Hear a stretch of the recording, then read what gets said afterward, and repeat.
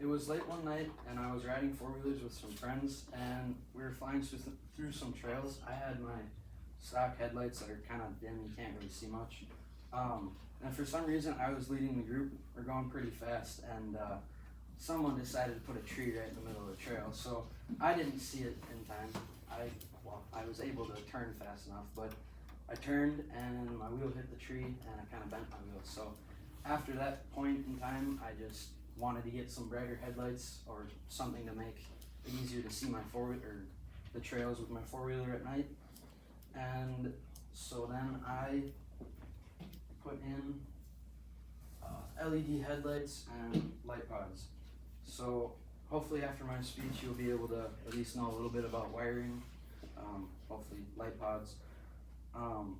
I've had quite a bit of experience with wiring, whether it's wiring lights or wiring in houses with switches and stuff.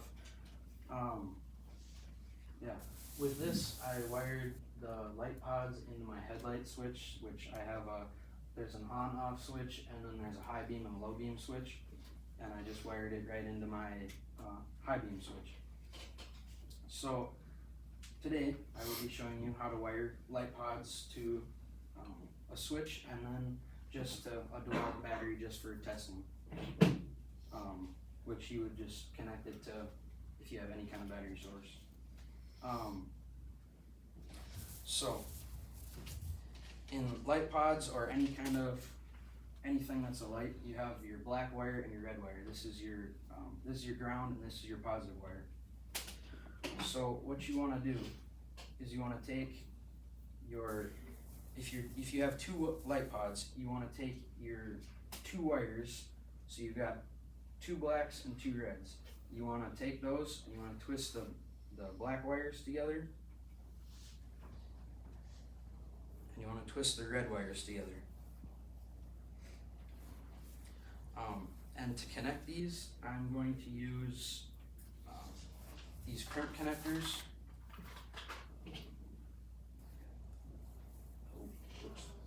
There are a bunch of different ways to connect wires. There's soldering, which is the most kind of the most versatile, but it's the strongest and you get the best connection. There's solder seal, which you just slide it over the wire and heat it up. As soldering, you need to add wire, and it's kind of like welding.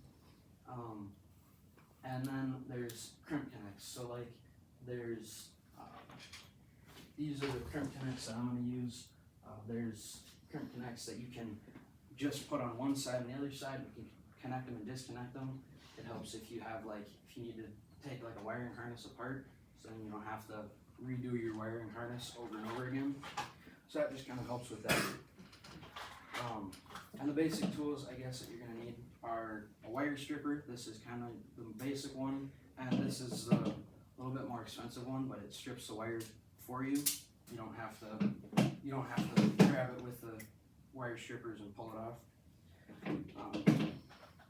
So to use the crimp connects with the wire crimpers, you put it, there's a bunch of different gauges and colors on your wire crimper.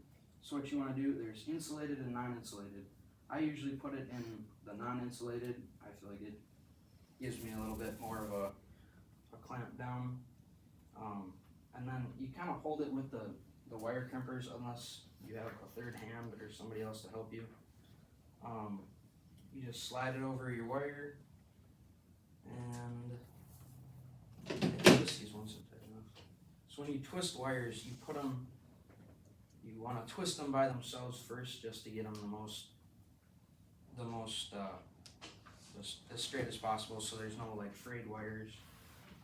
Then you put them together, kind of side by side, and you twist them like you would twist a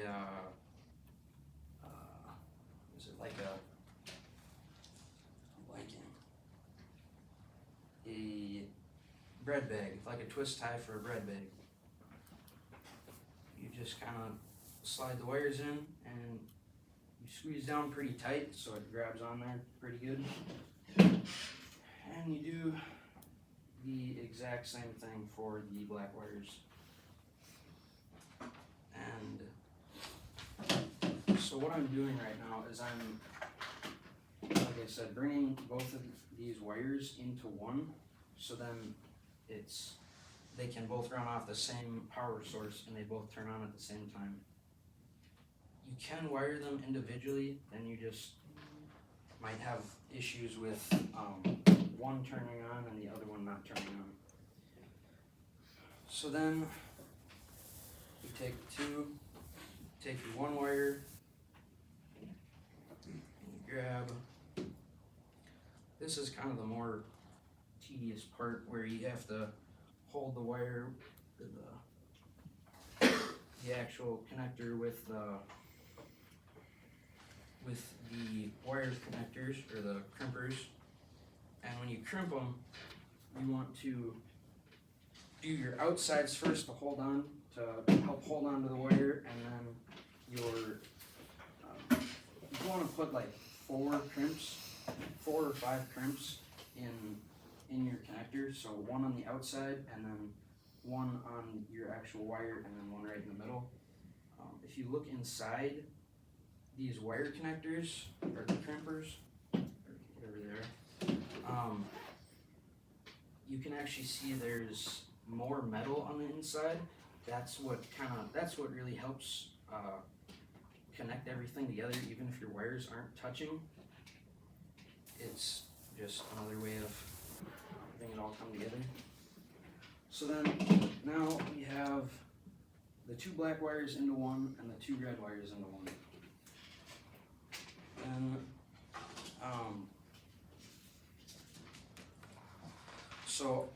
to turn the lights off and on, I will be using a 2-prong toggle switch. This is 2 prongs because it has 2 prongs. What it does is it essentially splits you put your positive wire into it, and it just connects and disconnects the positive wire, and the ground wire just goes right to your ground. You don't need to connect it to anything. So with this kind of switch, or anything really like this that has a screw on the inside, you can either wrap your wire around the screw, or what I'll be using are these spade crimp connectors. They just kind of, these ones right here, that you just twist your wire. If you forget to twist your wire will just kind of, a few wires will slide in, but a lot of them will be sticking out. It's not the most ideal, but to get the best connection, once again, you probably should twist the wires.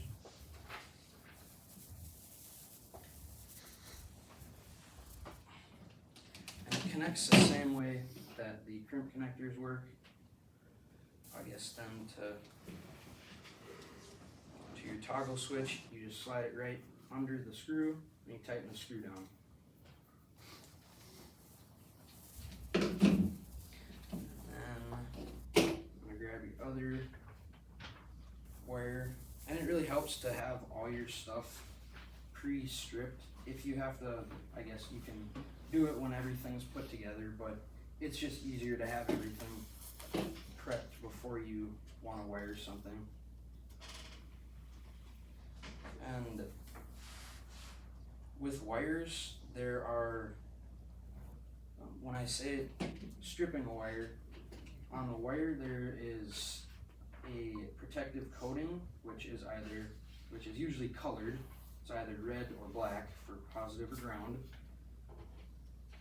And to strip it, it's basically just taking that coating off, and when it takes the coating off, it just exposes your actual wires on the inside, and then you can connect it.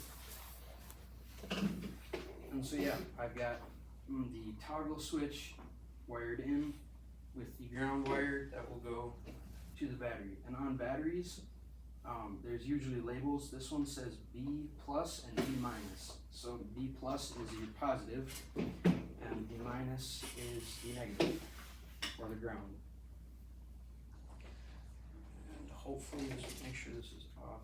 This might maybe blind some of you, but don't look directly at them.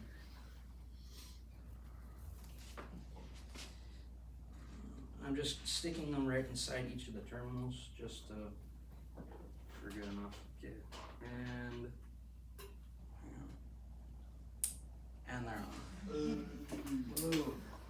So these light pods should be powered with 12 volt batteries. This is a 20 volt battery, just for test purposes, and yeah, they're pretty great. So yeah, and you essentially connect your ground to your ground anywhere, and then your positive wire into whatever kind of battery you have. And this is kind of the wiring diagram that you'd follow, except for this one actually has a ground that you connect to your switch. I don't really find that as useful, because then you have to have another wire. You have to completely split the wire and have another one that goes there. This is a bit more simple. You just have to split your positive wire. And